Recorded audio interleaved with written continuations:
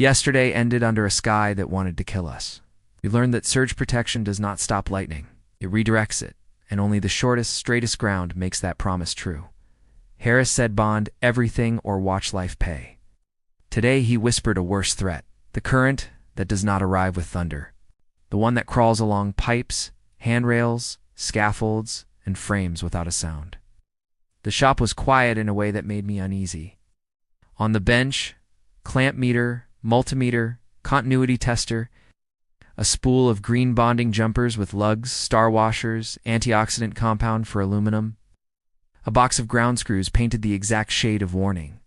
Harris stood beside the service panel and the sub-panel mock-up. He tapped the main bonding jumper with his screwdriver. "Only here," he said. "Neutral and ground meet only here. Everywhere else they travel side by side but never touch. Bond them wrong and a sub-panel and stray current takes field trips on everything metal. Touch two different metals. Your body becomes the jumper." Maria frowned at the sub-panel. "So the bear and the white go together in the big one, but stay divorced everywhere else." "Divorced with a restraining order," Harris said. "Now, prove it." Pulled the dead fronts. In the main, the neutral bar and ground bar were bonded with a green screw and strap. In the sub-panel, the green screw was in a bag, not in the bar. The neutrals were isolated on an insulated bar. Grounds landed on a bonded bar tied to the metal can. It made us wring out continuity. Panel can to ground bar to equipment ground conductor, but never to the neutral bar. Continuity here, no continuity there. Say what you see. Said it until it tasted like copper. Continuity to ground, isolation to neutral. Main bonds once, subs never. He rolled the mock-up scaffold into place, a cube of steel tubes with wooden planks on top. He clipped a bonding jumper from the scaffold to the building steel and asked why. "Equal potential," I said. "If a fault energizes the conduit or a cord jacket fails against a tube, the scaffold must be at the same electrical potential as the rest of the bonded metal. So a worker's hands and feet are not at two different voltages. Bonding makes the shock path go home through copper, not through a spine." He nodded once. Then he told us about a painter who felt a tingle every time he grabbed a scaffold upright.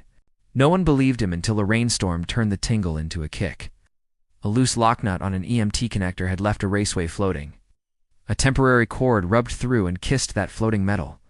The current looked for a path. It chose the man. The foreman stuck his head in to borrow the clamp meter, then stayed when he saw the scaffold. He told a story from a winter a few years back.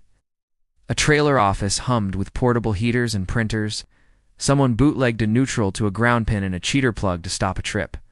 The trailer frame became part of the return path. A delivery driver leaned on the metal threshold with a wet sleeve and learned a language he didn't want. They shut the site for 2 days, then ripped every cord, every plug, every bootleg out of the trailers. The foreman's voice turned flat at the end. "Never cheat the ground. It cheats back." We spent an hour as Lee hunters for stray current. Clamp meter jaws around water pipes, around cable shields, around equipment grounding conductors. When the reading showed anything but noise, we found the reason. A neutral landed under the wrong screw. A bonding bushing missing on a rigid entry. Painted hinge used as a return. A steel door frame not tied to the building steel. Each time Harris asked the same questions. Where should the bond be? At the shortest path to the grounding electrode system? Or to the equipment grounding conductor system? Why there? Low impedance, short run, few joints. How do you ensure metal to metal under paint? Scrape, star washer, listed lug, torque? What do you write when you're done? Location, conductor size, termination type, torque, test reading? Maria stuck her finger under a handrail that ran along the mock stair and felt a sting. She jerked back. Harris had set the handrail on plastic isolators. It looked like steel, felt like steel, but it floated electrically. A nicked conductor in a nearby box had brushed a mud ring and made the faceplate, just loud enough to whisper through the rail standoffs. Without a bond, the rail kept its own tiny weather. We landed a jumper from rail to building steel, tightened, retested. The sting vanished. She looked at him like he had pulled a splinter from her pride.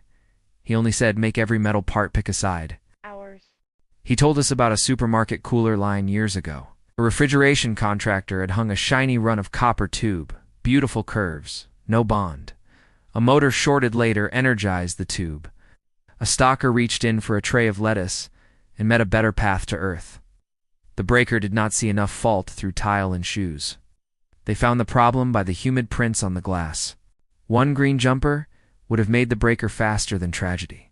Mid-afternoon, he made us stop and look back at the last 2 days.